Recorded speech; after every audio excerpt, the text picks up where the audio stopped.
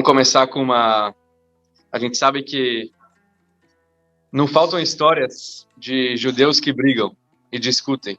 Sempre a gente escuta em vários lugares, sempre tem, como a gente fala a famosa frase, quando tem 2 judeus, 3 sinagogas.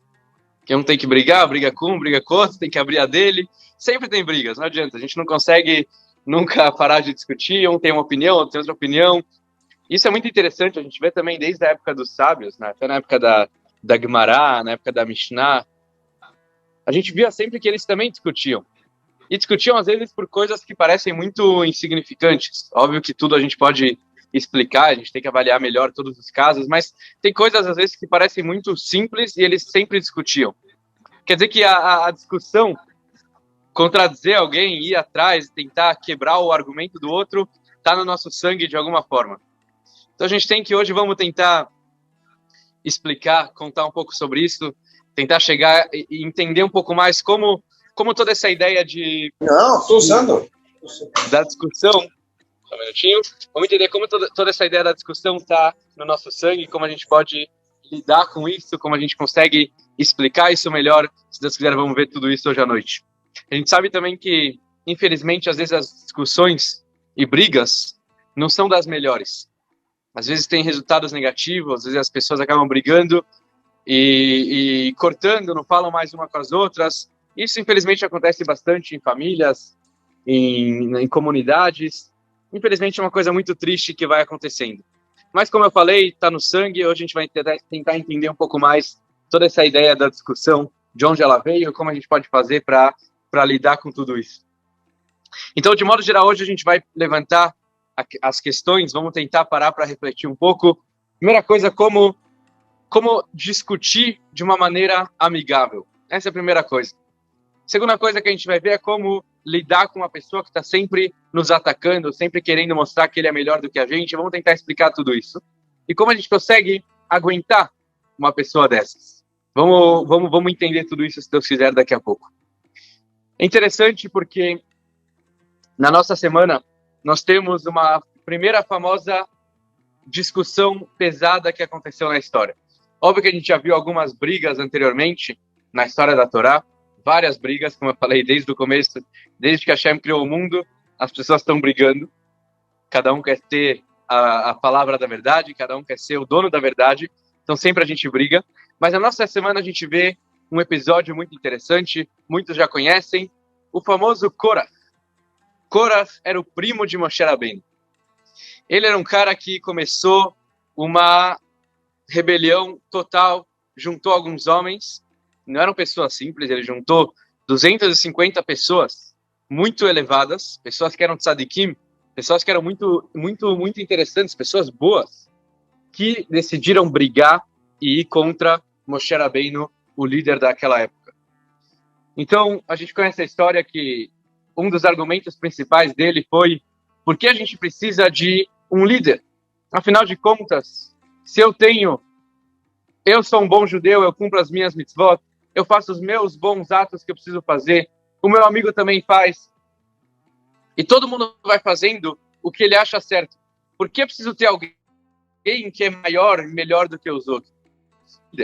Eu estou bem com meus atos que eu faço, eu não preciso ter ninguém para achar que é melhor do que eu. Quem disse que Moshe Rabbeinu escuta mesmo as palavras de Hashem? Talvez ele só está mentindo, talvez ele só quer proteger o seu povo, ele só quer proteger a sua tribo, talvez ele não está nem aí para os outros judeus. Então, assim Korah começou uma boa briga e juntando outras pessoas para poder ir contra Moshe Rabbeinu. Então ele falava, ele também um dos argumentos dele, um dos argumentos principais que ele tinha, é porque ele tinha algumas pessoas que estavam com ele, que também começaram a não acreditar em Moshe Rabbeinu. Então, ele tinha o primeiro argumento dele, que ele falava: por que eu preciso ter alguém que é melhor do que todo mundo? Afinal de contas, a minha mitzvah é a mesma mitzvah do que uma outra pessoa. Quando eu coloco o tefilim, é o mesmo tefilim que Moshe Rabbeinu coloca. No que ele é melhor do que eu? E também, afinal de contas, o Korah também estava incomodado com outro primo dele, com Eltzafan. Eltzafan foi escolhido para ser o líder de uma das tribos, e ele também se incomodou com isso, porque Moshe Rabbeinu não escolheu ele, e sim escolheu o seu primo menor, que era uma outra pessoa. Só uma ideia interessante, um parênteses, já que a gente está falando sobre isso, o Korach esperou toda a história dos espiões acontecerem na semana passada. A gente viu que na semana passada os espiões foram para Israel, voltaram, a gente comentou bastante sobre isso, sobre todo o episódio deles, qual foi o erro deles de verdade. Então, Korach aproveitou o momento que Moshe Rabbeinu já estava numa situação delicada. Todo o objetivo dele de mandar espiões, de ver como a terra seria uma terra muito boa, a terra de Israel seria uma super terra, ele começou a entender que, na verdade, Moshe Rabbeinu estava um pouco errado. Já que Moshe estava errado, então ele aproveitou e também começou a atacar Moshe Rabbeinu. Então tem até uma opinião que falam que esses 250 homens que estavam com ele, que eram pessoas muito elevadas, eram na verdade os primogênitos. O que tem a ver os primogênitos? Os primogênitos foram pessoas que pecaram no bezerro de ouro, e Hashem então decidiu trocar os primogênitos pelos levitas.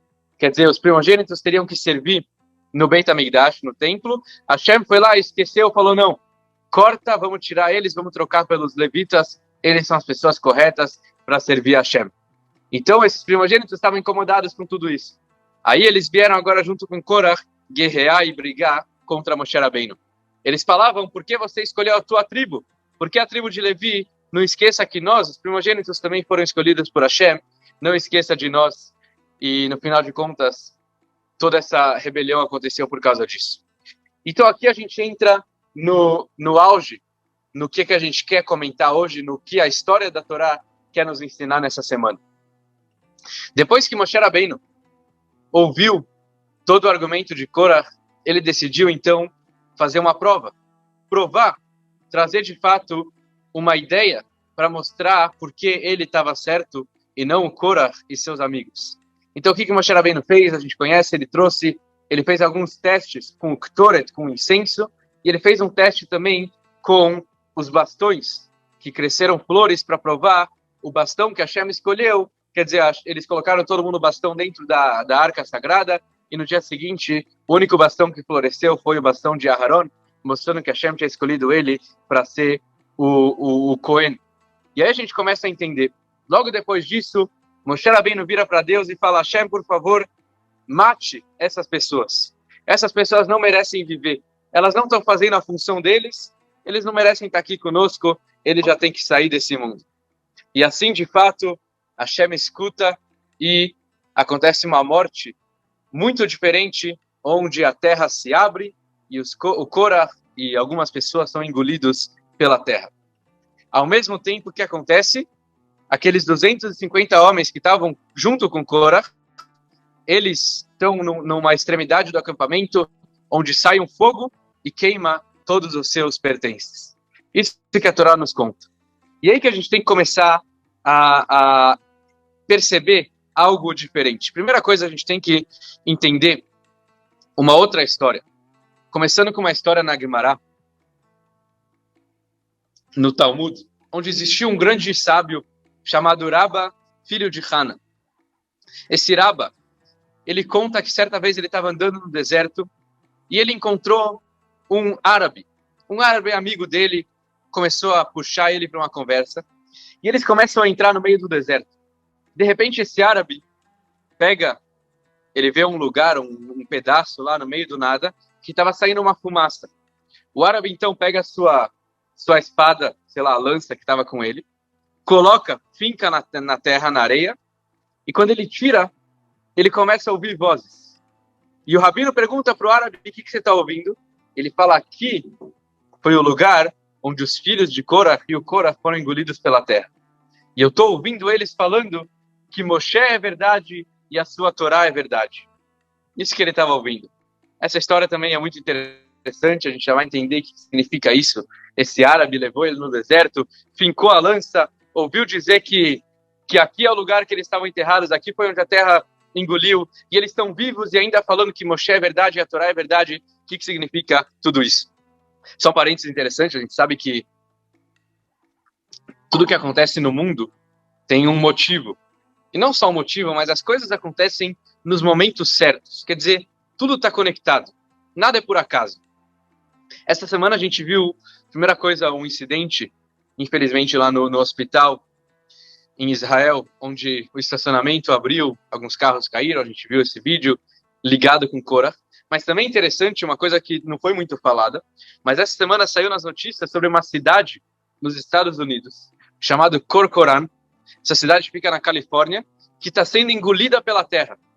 Imagine, nessa semana, no domingo, saiu essa notícia, no domingo, na segunda, uma cidade sendo engolida pela terra justamente na Parashá de Korah. Quer dizer, tem alguma coisa aqui para a gente poder entender? Tem alguma conexão em tudo isso? A Torá não é simplesmente que a gente está vivendo os momentos, entrando na semana de Korah e ouvir duas notícias dessa. Quer dizer, a gente começa a entender que tem alguém que está no comando. Hashem sabe exatamente o que ele faz. Essa cidade, na verdade, tem muito que pesquisar sobre ela, se alguém quiser fazer a pesquisa, mas parece que ela tem uma família que vinha há vários anos antes, o nome da família era Parush.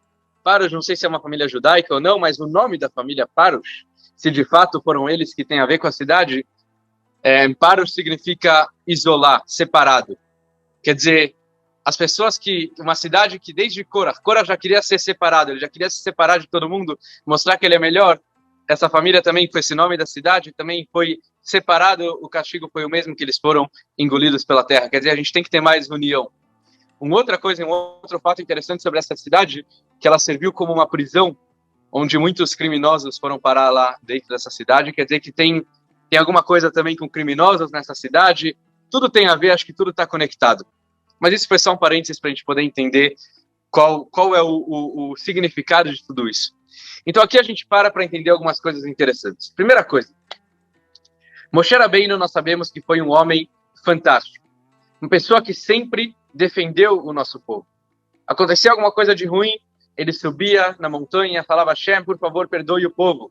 Eles pecaram nisso, eles pecaram naquilo, eles merecem ser perdoados, e Hashem perdoava. De repente, nesse episódio, a gente encontra uma coisa diferente. Moshe Rabbeinu pede para Deus para que essa comunidade, todo esse Korah e todo mundo chegasse à morte. Isso é um fato diferente que a gente não entende assim logo de primeira vista. Segunda coisa que a gente tem que entender, o que significa esse castigo deles serem engolidos pela terra?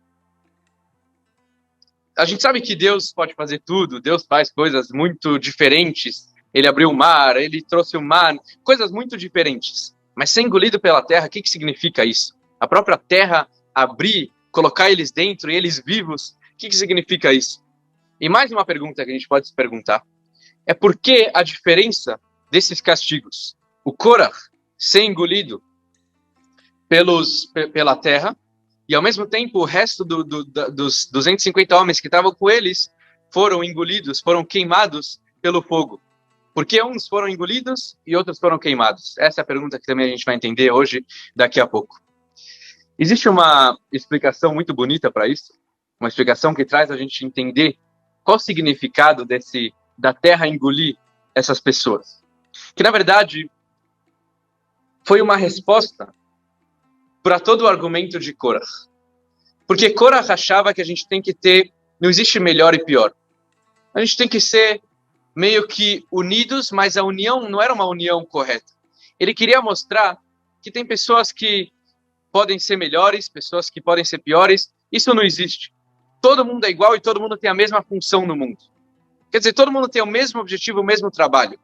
Mas, afinal de contas, a gente sabe que a união, e uma das coisas mais bonitas que nós temos na humanidade, é que não existe nenhum rosto igual ao outro. Tem pessoas muito parecidas, mas cada um tem seu rosto. Por quê? Porque cada um tem o seu jeito de servir a Deus. Quer dizer, cada um tem a sua função de servir a Hashem. E não adianta colocar uma pessoa que tem a função A para fazer a função B, porque não vai dar certo. Cada um tem sua função, as pessoas são separadas uma das outras. Cada um tem seu jeito e sua forma de servir a Hashem, e a gente tem que respeitar isso.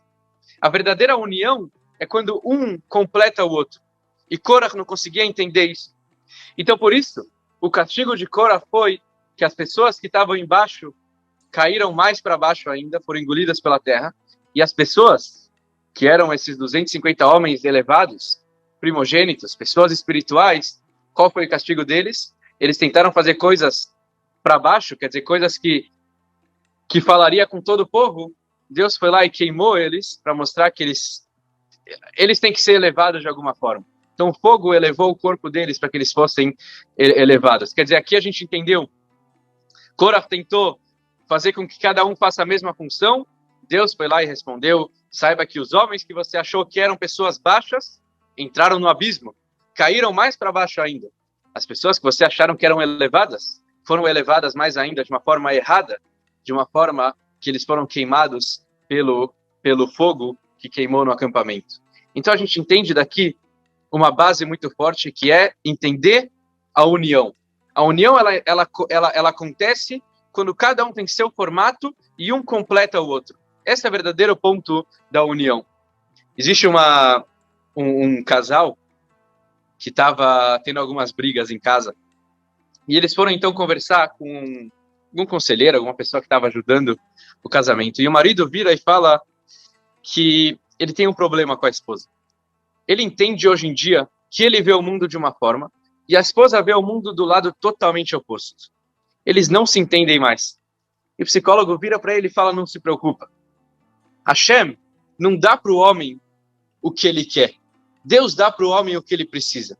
Em outras palavras, ele estava falando, entenda que se você vê de uma forma e ela vê de outro jeito, exatamente por isso que vocês estão casados. Porque um tem que completar o outro. Se os dois estiverem na mesma função, quem disse que as coisas vão dar certo? Cada um tem seu jeito de olhar para o mundo e assim vocês conseguem se unir de uma maneira muito completa. Então, com certeza, a gente entende daqui, não só daqui, mas como eu falei no começo, a gente foi feito, não foi feito, mas a natureza do homem é discutir, é brigar, é achar que está certo, achar que a gente tem a verdade de alguma forma. Então, eu queria hoje não tirar o jeito, não, óbvio que tem vários formatos e nunca é bom brigar, mas eu queria hoje tentar olhar o lado positivo de uma briga, tentar explicar como a gente pode olhar para uma briga de um lado com um olhar positivo, como a gente pode brigar corretamente, vamos dizer assim. É uma coisa um pouco diferente, mas acho que vai ter um ensinamento bonito, como a gente vai ver daqui a pouco. Só antes da gente entrar para entender tudo isso, vamos somente fazer mais alguns parênteses interessantes sobre a Parashá da semana. Nós encontramos no livro de Teilim, no famoso Salmos, a gente vê sobre os filhos de Korah. O que quer dizer que a gente vê sobre os filhos de Korah? Nós lemos alguns capítulos que começam falando sobre os filhos de Korah. A gente vê o capítulo 47, capítulo 84, são capítulos que falam lá na Tseia, Livnei Korah Mizmor, o cântico para os filhos de Korah. Ou sempre a gente menciona Korah. Não sempre, em alguns capítulos. O interessante é que em todos esses capítulos, nós vemos que também o rei Davi está falando sobre Jerusalém. Em todos os capítulos que fala de Korah, fala sobre Jerusalém.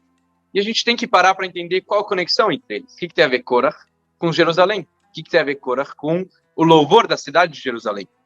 E interessante, então, para a gente entender. Jerusalém é a cidade mais sagrada do mundo. O momento mais sagrado do mundo, antigamente, era Yom Kippur, o dia mais sagrado do ano. Mas quando Yom Kippur era completo, quando nós tínhamos o Beit HaMikdash, o templo, quando a gente tinha o templo, tudo era feito da maneira mais sagrada possível. A gente tinha a junção do lugar perfeito, que era a cidade de Jerusalém.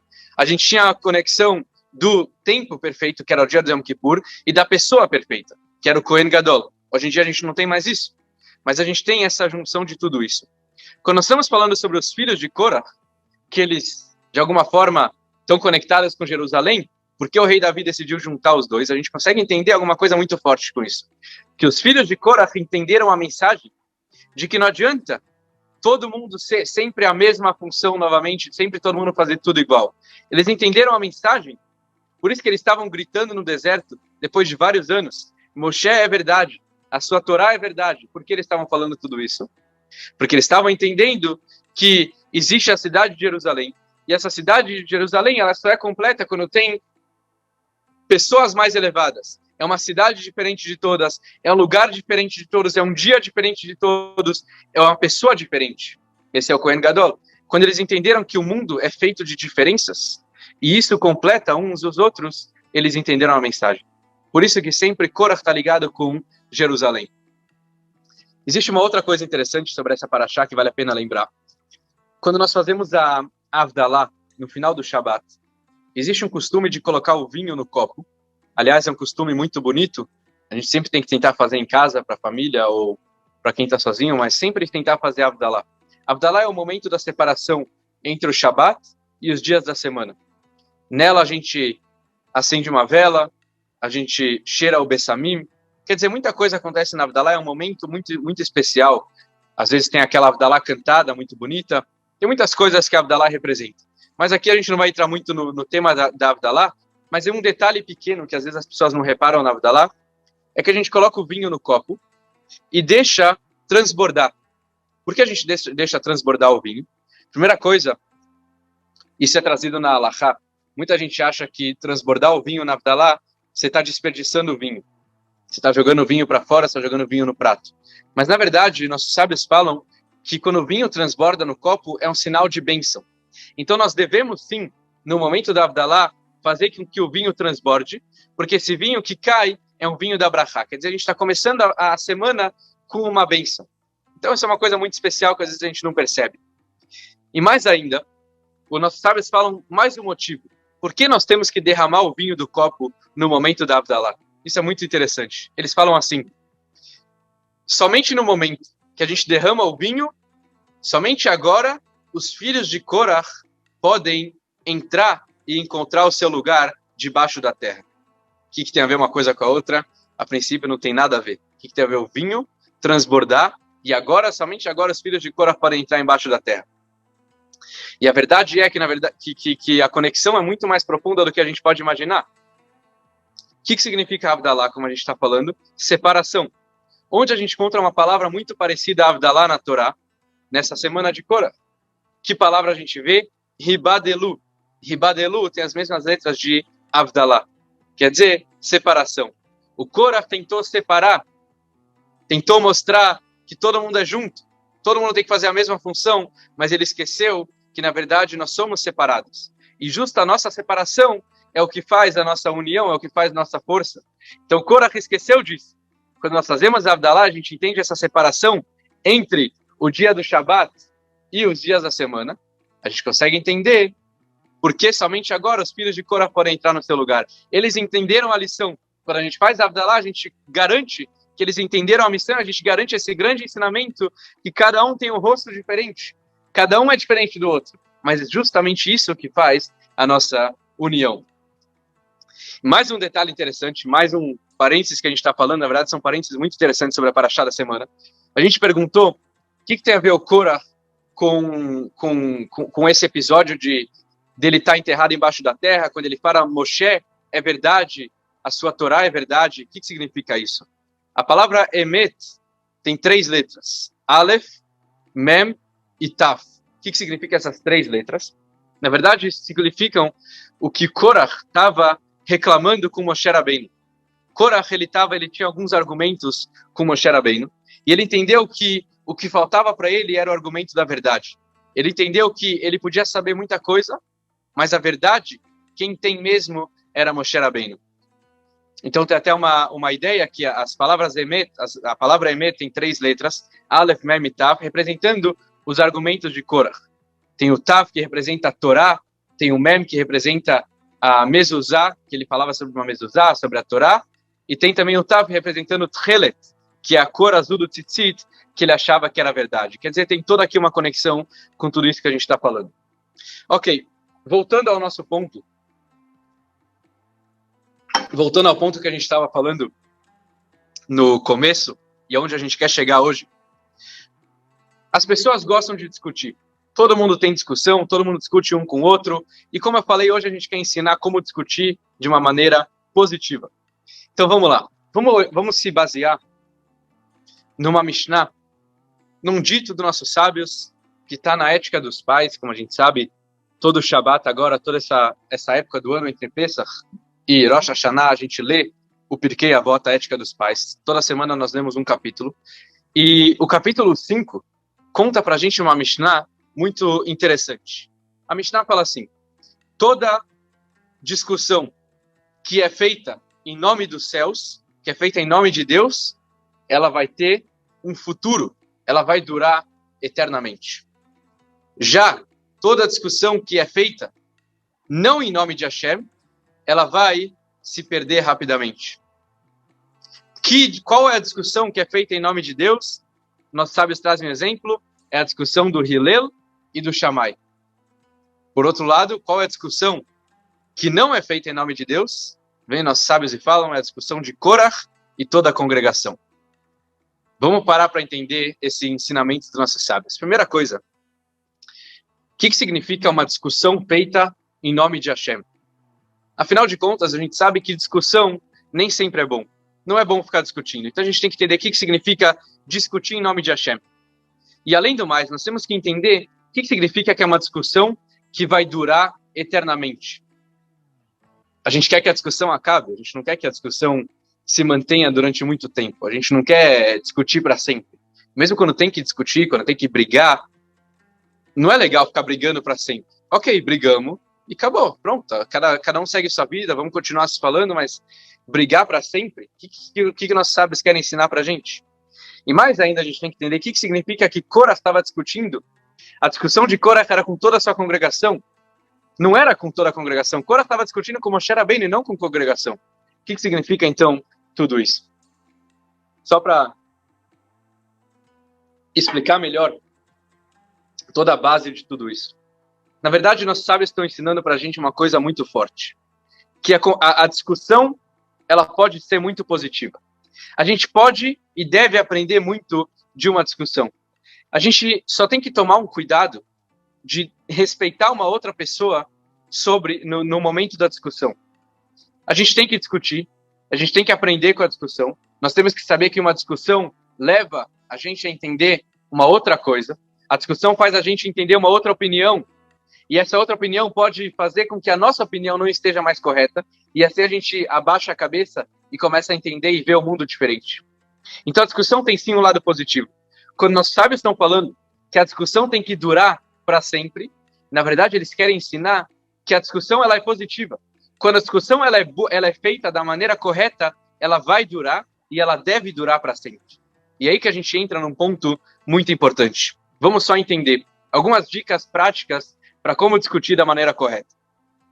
Primeira coisa que a gente tem que aprender, toda vez que a gente for discutir, é lembrar, primeira coisa, respeitar e saber separar entre a discussão e a pessoa que está discutindo. Quer dizer, mesmo depois que a gente brigou com alguém, a gente não deve parar de elogiar aquela pessoa e de falar uma boa palavra para ela.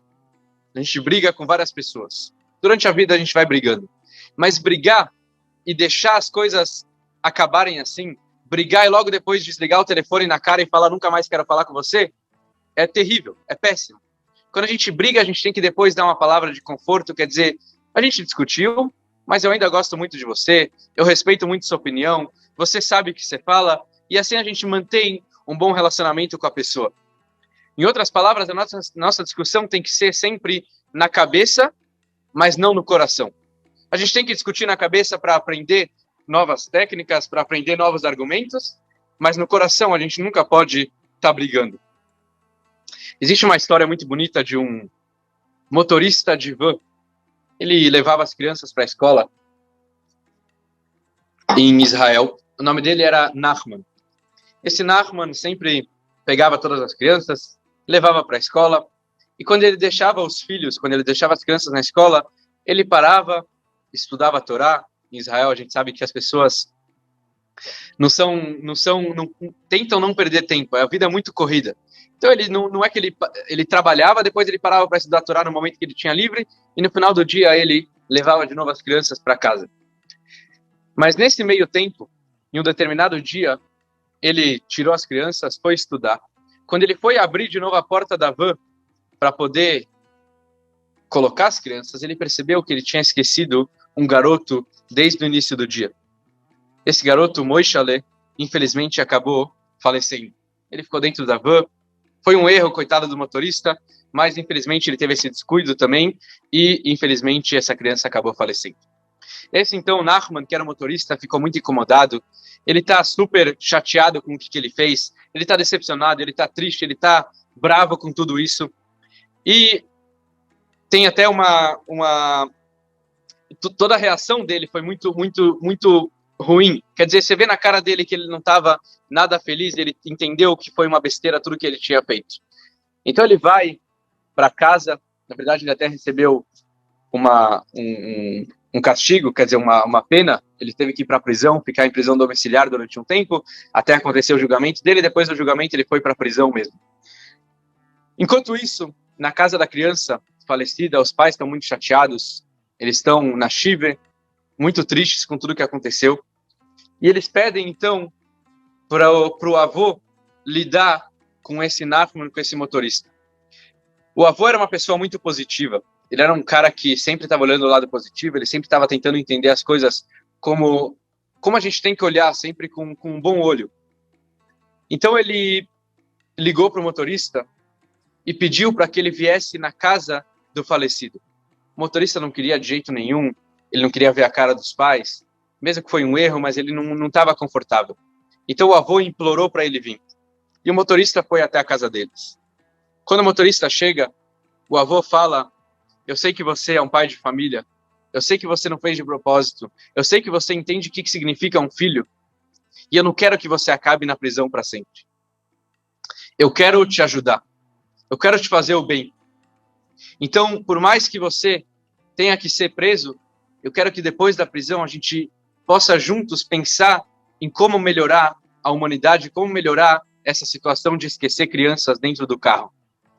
Esse Nachman, motorista, foi julgado para a prisão, de fato, e o avô lutou muito para que, ao invés de ele ficasse na prisão, ele fosse fazer trabalhos voluntários durante toda a pena dele. E ele conseguiu, o avô conseguiu isso, e ele explicou, e juntos eles conseguiram criar vários sistemas, até hoje, que ajudam crianças a não serem mais esquecidas dentro do carro. Quer dizer, o avô foi uma pessoa muito, muito forte, muito positiva. O que tem a ver com tudo que a gente estava falando antes? Quando a gente está discutindo, a gente tem que discutir, como eu falei, com a cabeça. Nossa cabeça quer estar na discussão, não tem problema. Discuta. Mas saiba que o coração tem que estar respeitando e amando a outra pessoa. Não adianta a gente sair discutindo e brigando e achando que a gente sempre vai estar ganhando e sendo melhor do que o outro. Esse não é o jeito certo de discutir. A gente sabe que o tefilim da cabeça, ele tem quatro divisórias. Porque cada paraxá, cada porção, está em uma das divisórias. O tefilim da mão só tem uma vez, só tem uma paraxá só, quer dizer, um pergaminho só, com todas as parxiot juntas de uma vez só. Os pergaminhos são sempre juntos. O que significa isso?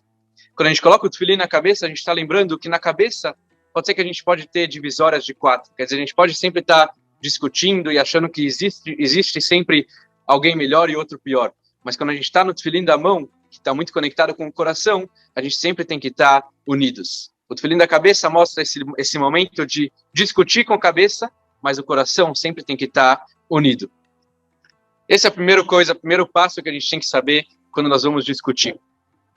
Uma segunda ideia, quando a gente vai discutir com alguém, a gente tem que saber que as discussões antigamente, como elas funcionavam.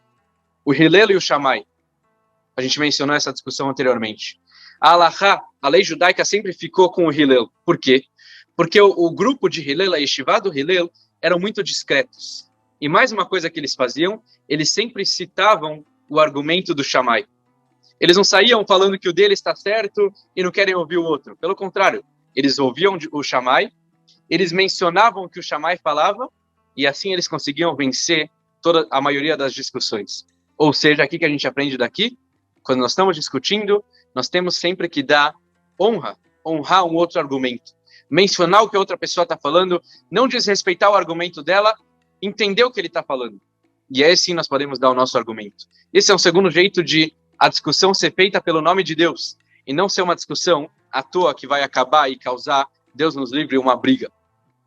Mais uma coisa, a gente também consegue ver nas discussões do Hillel e do Shammai, que eles sempre deixavam o Shammai acabar de falar. Quando o Shammai acabava de dar todo o argumento, somente então eles falavam o que eles achavam certos. Quer dizer, numa terceira etapa a gente tem que entender também, deixar o outro acabar de falar. Eu sempre já ouvi uma palestra uma vez de um psicólogo que ele estava contando que hoje em dia, depois de vários anos, ele consegue entender se um casal está se dando bem ou está se dando mal. Como ele descobre isso? Ele chama o casal para uma conversa e ele levanta um tema que leva eles a discutir. E do jeito que eles discutem, que eles brigam, ele consegue entender se o casal está se dando bem ou mal. Quer dizer, pela discussão ele entende isso. Ou seja, o que ele está falando? Não tem problema de discutir. Só saiba como discutir. Se é uma discussão respeitosa, um respeita o outro, um escuta até o final, um está ouvindo o que o outro tem para falar, aí sim as coisas vão andar da maneira correta. Então aqui na nossa semana a gente está entendendo o que o Korach está nos ensinando. Korach tentou mostrar que a união não é uma união verdadeira. Cada um tem que fazer a mesma função. Vem Moshe Rabbeinu e fala, saiba que não. A discussão feita corretamente e a discussão que a gente sempre vai discutir. Porque a gente sabe que um judeu sempre está discutindo. Mas a discussão tem que ser algo positivo. A briga tem que ser uma briga muito positiva. A briga tem que nos levar a resultados positivos e não a resultados negativos. Só para finalizar, existe uma famosa história do quarto Rebbe. Na verdade, antes dessa história, só para a gente entender que tudo isso que a gente está trazendo hoje, esses jeitos da gente discutir, são muito importantes quando nós estamos falando em relação ao próximo. Mas quando a gente está falando em relação a nós mesmos, quer dizer, quando a gente está falando sobre o nosso Yetzer Hara, nossa alma animal, que quer discutir com o nosso Yetzer Tov, com o nosso instinto positivo, quando a alma animal vem e fala, caia naquele pecado, faz aquele pecado, porque é só um pecadinho, não adianta a gente querer discutir com ele. Com o Yetzer Hara, a gente tem que mandar ele calar a boca, ele ficar quieto. No primeiro momento, e aí sim a gente vai conseguir dominar. Mas se a gente começa a pensar no que ele fala e tentar entender, infelizmente as coisas não vão ser positivas. Mas o que eu quero trazer, uma história do quarto Rebbe de Lubavitch, o Rebbe Maharash. Ele sempre recebia as pessoas, naquela época, para conversar. E um detalhe que acontecia, mesmo naqueles tempos onde ele morava, era muito frio. Mas ele sempre chegava em casa suado. Por que ele chegava suado? Mesmo que ele não estava com casacos, ele não sei se ele era uma pessoa calorenta, era muito frio. Mas ele chegava suado, por quê? Uma vez perguntaram para ele o que acontece. E ele falou, quando eu recebo uma pessoa para conversar, eu preciso espiritualmente entrar na vida dele. Eu preciso entender o que está se passando na vida dele. Para mim poder entrar na vida de um, entrar na vida de outro, espiritualmente, eu fico trocando de almas, isso soa, isso faz um suor. Quer dizer, eu fico suado porque eu preciso entender cada um 100%. O que significa isso? O que a gente pode entender com essa história? Que, na verdade, ele estava trazendo o fato de, para a gente poder discutir de uma maneira positiva, para a gente não sair discutindo e brigando, mas para a gente poder entender como discutir da maneira correta é entrar e entender 100% o argumento do outro. Entender o que a outra pessoa está falando, tentar ir atrás e não sair somente brigando, porque a briga nunca é boa. A discussão pode ser muito positiva, pode ser uma discussão boa, mas a briga não vai ser positiva. Então que a gente possa parar para refletir um pouco sobre isso. Pessoas com que a gente brigou no passado, tentar consertar isso, tentar ligar e entender, começando com uma boa palavra, ensinando ele que eu não estou bravo com a pessoa. Eu discuto com o argumento dele, mas não com ele. Escutar ele até o final, entender os argumentos dele, isso faz com que nossas discussões sejam discussões muito positivas. Só para lembrar também que nesse domingo, nesse sábado à noite, a gente vai ter a data especial de Gimel Tammuz, dia 3 do mês de Tammuz, um dia muito forte no nosso calendário. A gente vai ter um evento muito bonito, em parceria de várias sinagogas, vários Chabad, aqui em São Paulo, até em Manaus, no Rio de Janeiro também uma parceria com eles. Uma coisa muito bonita, a gente vai ter um evento, então aproveito para convidá-los, todos vocês, se Deus quiser, domingo às 6h30. Quem não recebeu a propaganda, me manda uma mensagem, a gente vai mandar para todo mundo.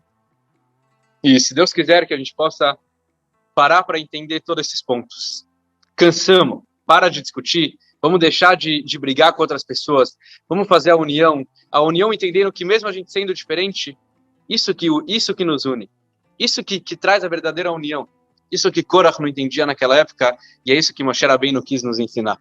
Desejo a todos um Git Shabbos, coisas muito boas,